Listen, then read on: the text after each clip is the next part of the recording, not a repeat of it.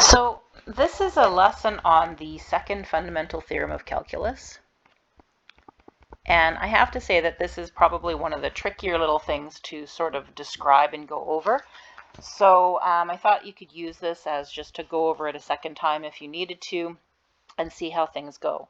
So in a nutshell, I'm just going to go through the notes a little bit. We know that if you have numbers at the end of this thing right here of f of x dx, this represents our net change in area, and it is a number.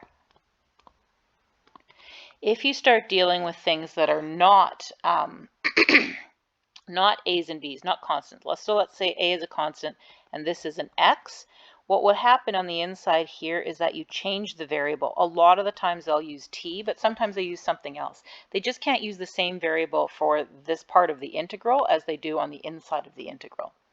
So what we do here is we realize that when we're doing these types of questions, big F of something, right, or if we take the derivative of big F, we're going to get little f. So that's going to be the notation that I'm going to be using as I go through here. So the derivative of big F is going to be little f, and vice versa. The integral of little f will be big F. So when we use our fundamental theorem of calculus, which was big F of b minus big F of a, if it was a number, this would be big F of x minus big F of a.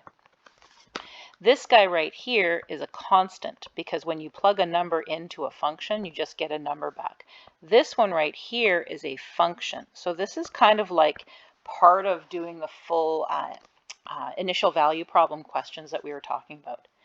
If we do something like this and we say define f of x to be the integral from a to x of little f of t dt, then you've got yourself a problem, right? Because what will happen is that whenever you define a function, it's going to have a plus c at the end. So they'll never say f of x is equal, well, they will.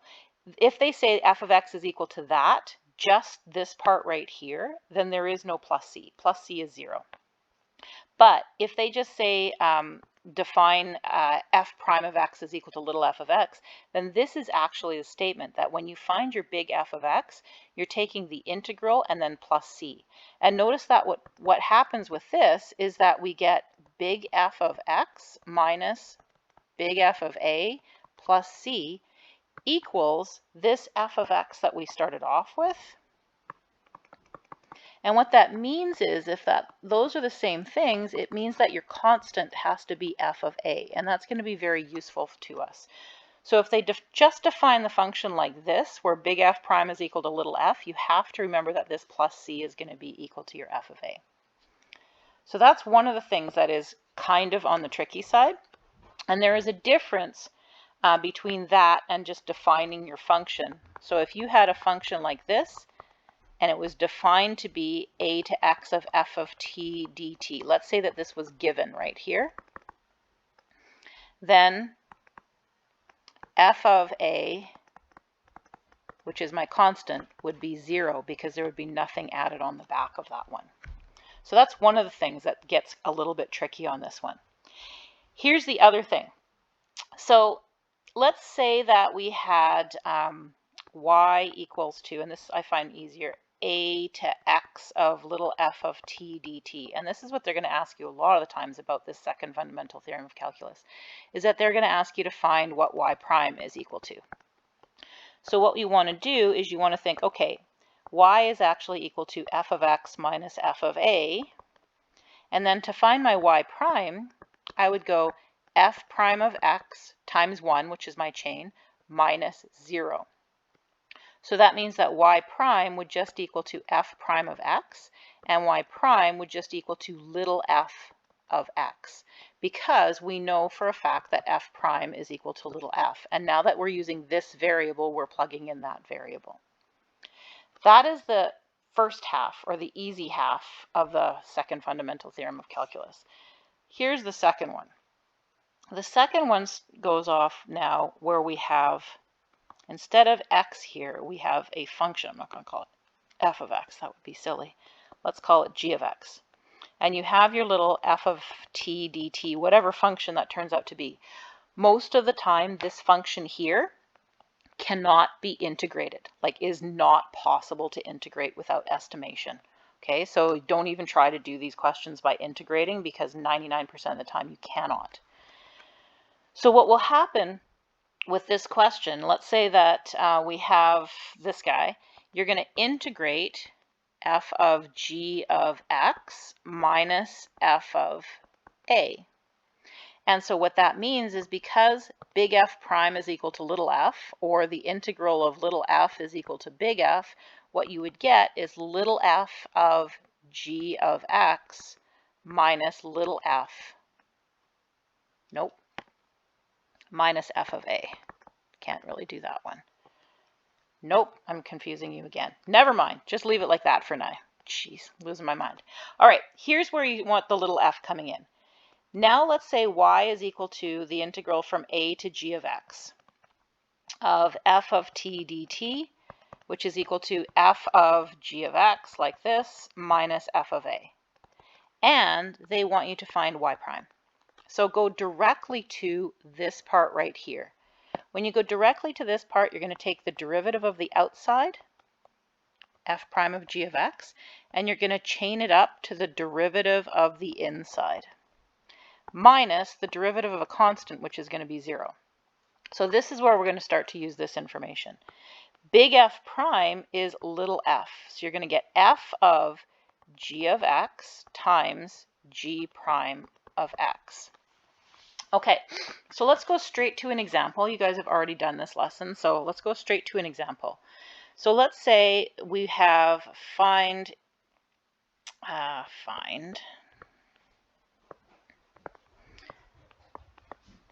so d dx, so the derivative of something with respect to x, of the integral from 3 to, I don't know, 8 root x of e to the t squared dt. So e to the t squared is something that you can't integrate by hand. You can't integrate it algebraically. So in the question that looks like this, you can tell that this is a second fundamental theorem of calculus question, because you've got this other function sitting right in here. So what this means is, and I'm going to translate for you,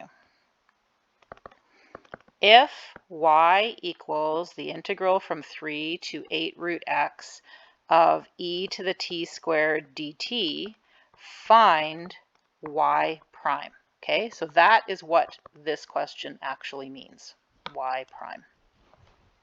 So that's exactly what I'm going to do. I'm going to set it up like this.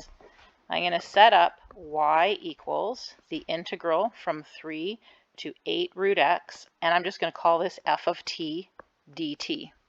Okay, over here, if you want, f of t is equal to e to the t squared, or better yet, f of something is equal to e to the something squared.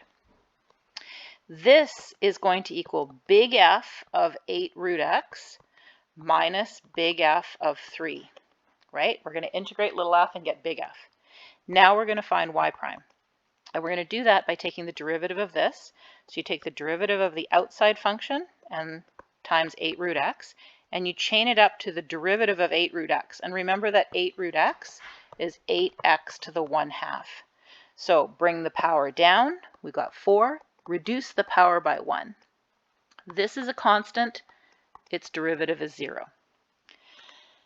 Big F prime is equal to little f. Remember that that's the whole sort of premise of this whole thing. So big F prime is equal to little f of 8 root x times 4x to the negative 1/2, which will often be written as 4 over root x.